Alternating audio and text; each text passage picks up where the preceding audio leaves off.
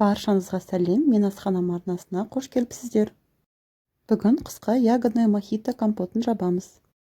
Алдымен банкаларымызды жуып, булап, стерилизация жасаймыз, крышкаларды 10 минуттай қайнатамыз. Компотымызға да су қайнатып қоямыз. Енді суымыз дайын болғанша малина, клубникаларды жақсылап жуып, тазалап аламыз. Компотымызға езілмеген қатты жидектерді таңдаймыз. Ал езіліп тұрған малиналардан қысқа варенье дайындадым. Вареньенің видеосы да арнамда бар. 2-3 апельсинді турап дайындап қоямыз. Және де компотқа 1-2 тілім лимон қосып жіберсеңіздер де болады. Компотымызға ерекше дәм беру үшін жалбыз қосамыз, оны да жуып дайындап қоямыз. Банкаларға жақсылап стерилизация жасаған соң жидектерімізді бөліп саламыз. Банканың жартысына жеткізбей малина және құлпынай қостым. Сондай-ақ компотқа қызыл немесе қара смородина қосып жіберсеңіздер де болады.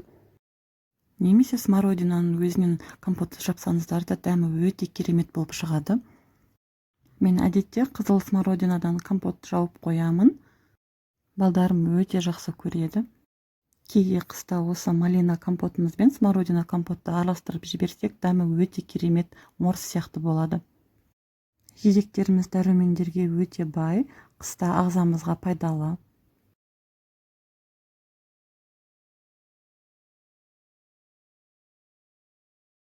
Ал енді жидектерімізді салып болған соң апельсин қосамыз. Бір банкаға шамамен жарты апельсин қостым.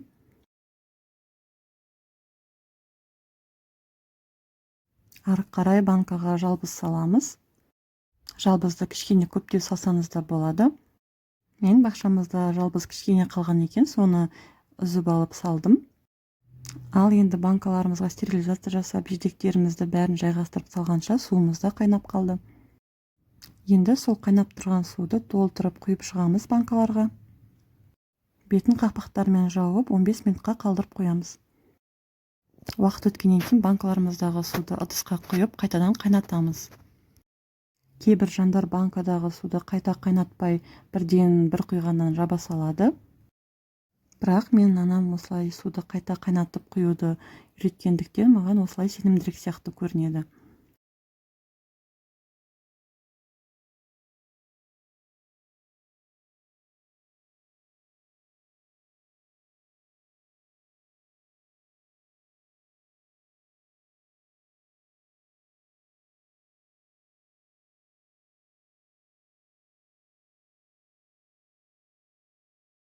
Суымызды қайта отқа қойдық қайнағанша, ал әзірше банкаларымызға қант қосып шығамыз.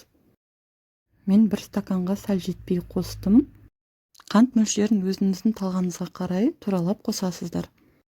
Суымыз қайнаған соң банкіге қайтып құямыз толтырып.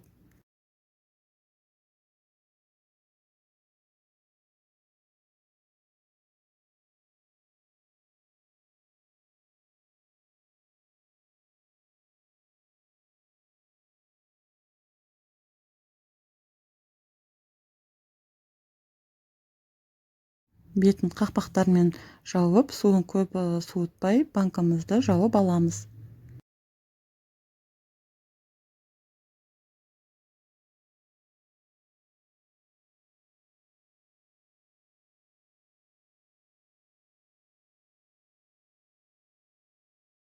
Дайын болған банкаларымызды төңкеріп қойып, үстін жылы матамен немесе плитпен толығымен суығанша орап қоямыз.